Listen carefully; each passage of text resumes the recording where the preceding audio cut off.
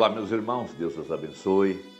No poderoso nome de nosso Senhor Jesus Cristo, sempre é um grande privilégio quando nós nos encontramos aqui para a nossa conversa diária ao redor da Palavra de Deus. Nosso propósito é trabalhar pela fé de arrebatamento, trabalhar juntos. E nós sabemos que a hora que nós estamos vivendo, ela é a hora mais preciosa para a verdadeira igreja. A verdadeira igreja, ela já tem sido colocada por Deus nesse lugar secreto, nesse esconderijo, porque esse é o dia mau. Por isso o profeta introduz na mensagem o arrebatamento, o Salmo 27. E nesse Salmo 27, Davi, inspirado, veja, como um profeta, e o Espírito de Cristo nele, falando desse dia final, esse dia mau, esse é o dia da era de Laodiceia, onde nós encontramos a grande apostasia, de acordo com o livro de Tessalonicenses, com o livro de Timóteo, onde haveria um abandono total à fé, ou da fé na palavra de Deus. Completo abandono da verdade da Escritura, as pessoas amontoariam para si doutores, tendo comichão dos ouvidos. É uma era cega, é uma era miserável, pobre e nua, ou seja, é uma era caída da graça. Veja, esse é o tempo de Sodoma e Gomorra, de acordo com o Apocalipse, ou de acordo com Mateus 24, melhor dizendo, e Lucas 17. Esse é o dia do surgimento do ministério do Filho do Homem, ou seja, Deus, usando um vaso humano, se manifestaria como um profeta aqui no tempo do fim e manifestaria o sinal do Messias, o mesmo sinal que Jesus demonstrou em sua primeira vinda, o mesmo sinal que o anjo demonstrou quando visitou Abraão debaixo dos carvalhais de Manre, às 11 horas da manhã. Veja, o mesmo sinal messiânico que a mulher samaritana viu no poço. Veja, a manifestação do Filho do Homem. Essa manifestação foi necessária para juntar o corpo e a cabeça, de acordo com Efésios 1, verso 10. Nesse tempo do fim, na plenitude dos gentios, quando Laodiceia jogou para fora a palavra, veja, nesse tempo, onde nós temos chegado no topo da pirâmide, quando a pedra de coroa seria estabelecida sobre a igreja, e a pedra de coroa é Cristo. Veja, esse é o tempo em que Deus tem abrigado a sua igreja no lugar seguro. Por isso disse o profeta que o arrebatamento, veja, primeiro ele é uma revelação. E essa revelação nos introduz nessa parte mais profunda, veja, do santuário celestial. Veja, esta é a restauração, veja, o caminho aberto para a árvore da vida. Ele pregou a restauração da árvore noiva e também usou a mesma afirmação, a restauração da árvore da vida, quando toda a palavra seria restaurada, de acordo com Joel capítulo 2. Veja, esse é o tempo da restauração da fé original. Veja, o caminho para a árvore está aberto. Veja, por todas essas eras, veja, a árvore estava selada com 7 selos, ninguém podia ler, ninguém podia abrir, ninguém podia compreender os mistérios que estavam dentro do livro, porque a árvore da vida nada mais é do que a palavra, e a palavra é Cristo. Jesus disse, eu sou o pão que desceu do céu, eu sou o caminho, a verdade e a vida, o caminho para a árvore da vida. Veja, este caminho possui 7 degraus, ou 7 etapas, ou 7 eras. Veja, ele possui 7 vozes, 7 trovões. Veja, que são os 7 espíritos que estão refletindo a luz da glória da Shekinah, iluminando o caminho por esses 2000 anos para a árvore da vida. Veja, essa é a entrada ao lugar secreto onde está a árvore da vida. A árvore da vida, veja, é Cristo. A árvore da vida é a palavra. Veja, e ela é um ser. E este ser é Jesus Cristo. Veja, então quando nós falamos da abertura da palavra, significa a abertura para entrar até onde está a árvore da vida. Por isso é chamado de terceira etapa, ou a sétima montanha, ou terceira puxada, tudo é a mesma coisa. Então há uma igreja sendo chamada a esse lugar secreto.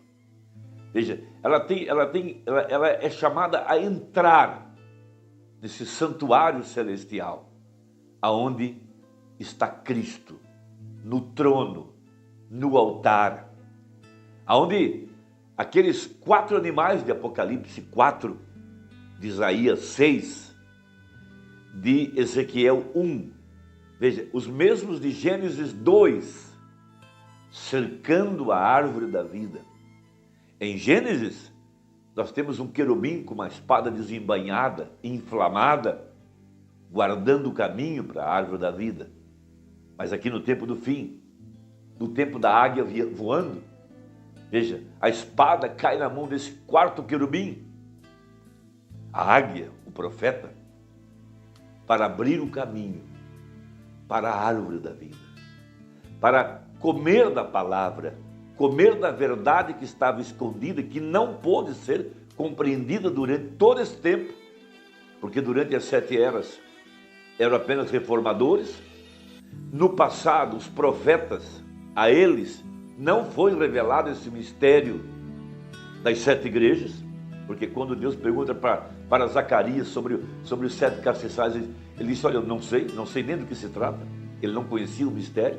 Até hoje os judeus não sabem o que significava esses 7 castiçais, a mesa da proposição, o altar do incenso, o santo dos santos.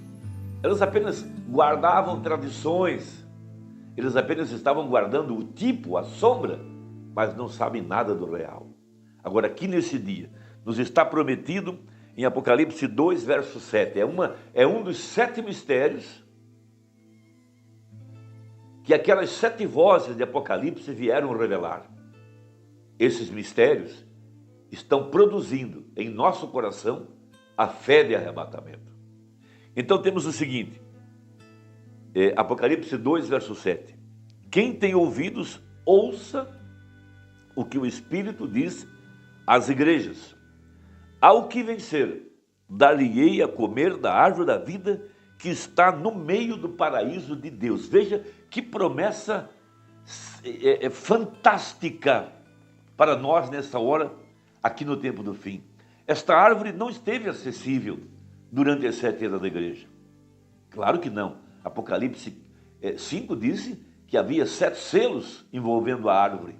Ninguém podia ler dela, ninguém podia comê-la, não havia acesso, não havia ninguém digno que pudesse, veja, abrir esse caminho.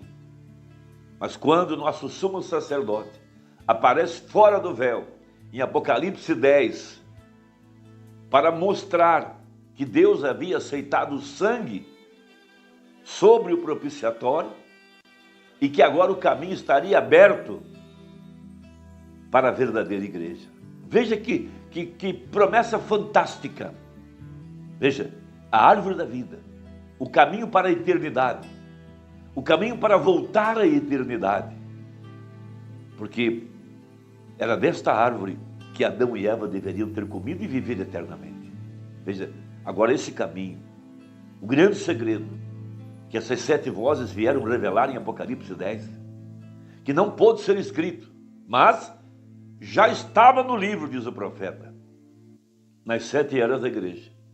E esses mistérios, verdades, estão sendo revelados para produzir a fé de arrebatamento. Então, na mensagem à era de Éfeso, página 79, sobre esse assunto, diz o profeta: mas o que é a árvore da vida? Bem, em primeiro lugar, teríamos de saber o que a árvore propriamente dita representa. Em Números 24:6 está escrito: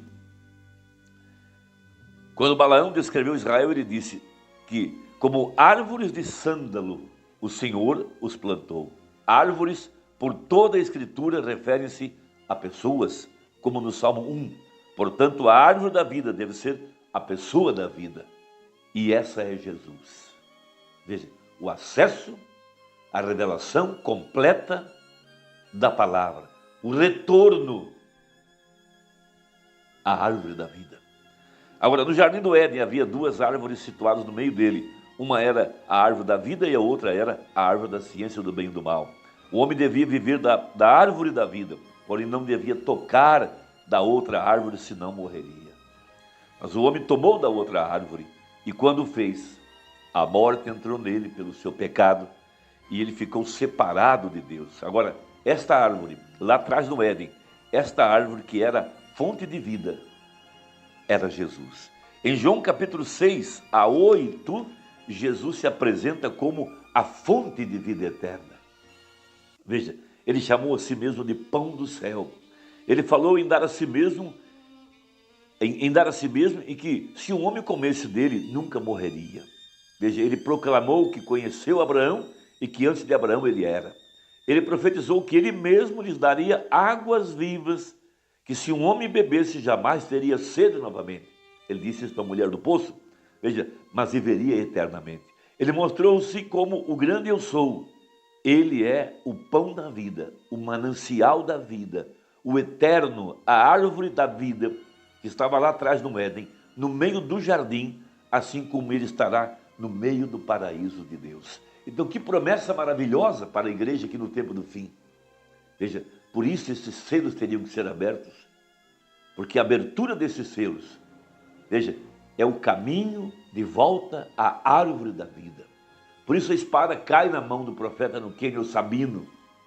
Aquela espada tinha que cair na mão do quarto animal, o querubim, o profeta, porque a palavra só vem a profetas. Durante as 7 eras só foram reformadores. E aqui agora nós estamos nos alimentando do corpo palavra, ou seja, da árvore noiva, da árvore da vida restaurada.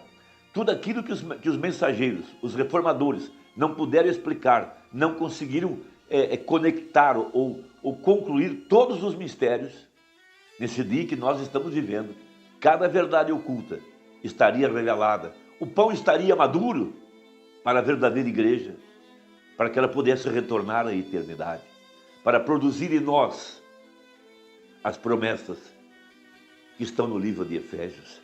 Veja, trazendo essa igreja a unidade da fé, trazendo essa igreja a fé para o rapto. Meu irmão e minha irmã, Deus te abençoe. Deixe aí os seus comentários, faça o seu grupo e envie essa mensagem a quem você ama. Vamos trabalhar juntos. A hora é tardia. Vamos fazer alguma coisa por esse evangelho. Deus te guarde, em nome de Jesus Cristo. E até a próxima, se Deus quiser, em nome de Jesus. Amém.